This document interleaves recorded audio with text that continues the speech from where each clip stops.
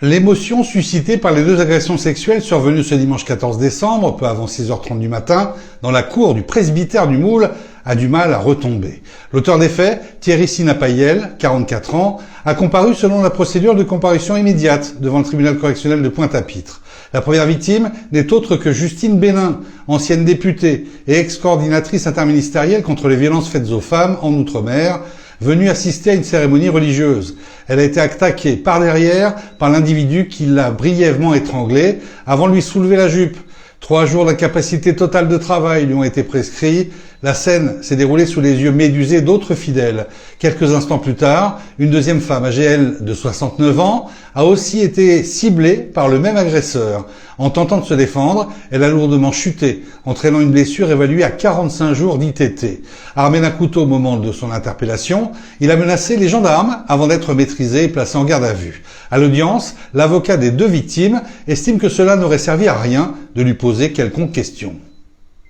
Ça n'aurait servi à rien, c'est quelqu'un qui ne comprend pas les évidences qui lui sont reprochées. Alors au lieu d'entamer un dialogue de sourds, c'était pas la chose la plus importante aujourd'hui de lui poser des questions.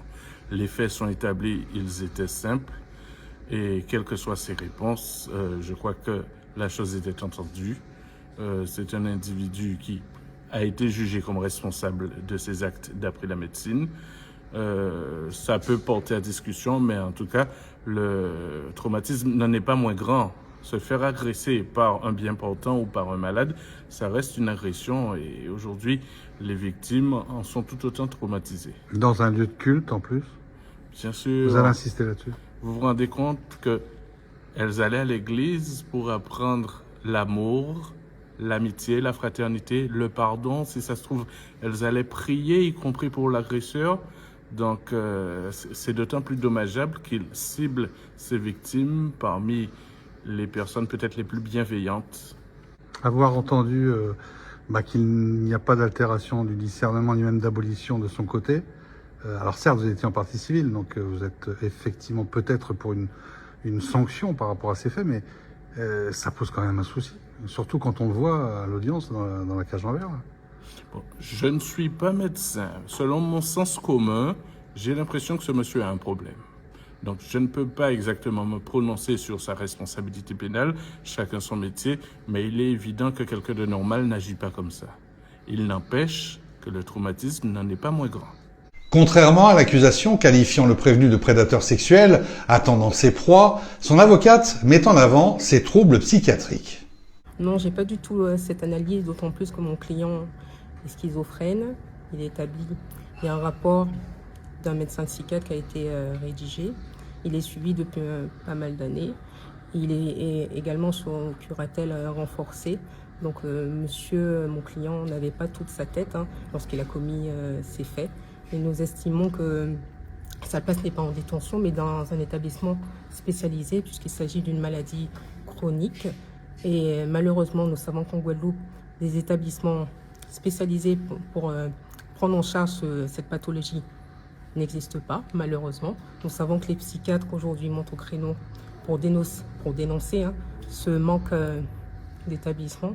Donc nous pensons que monsieur, il doit être soigné et que sa place n'est pas à la maison d'arrêt de Bémao. Pas de structure, c'est pareil dans tous les Outre-mer, ce qui conduit des experts psychiatres à dire que malgré sa schizophrénie, il n'y a pas d'altération ni d'abolition de son discernement.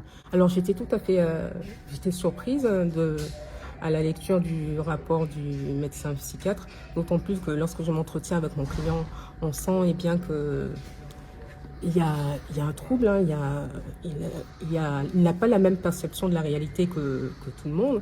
Donc monsieur, il a palpé des femmes comme s'il palpait des melons, mais il me dit c'est un geste rapide. Il n'avait pas envie de faire du mal à ces femmes, mais il a décidé de commettre ces gestes malheureux à l'égard des parties civiles. Mais il regrette, mais il a des pulsions.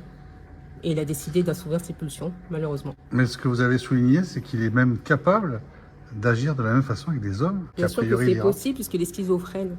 Donc que ce soit une femme, un homme, une femme trans, un homme trans, monsieur a des pulsions qu'il souhaite assouvir.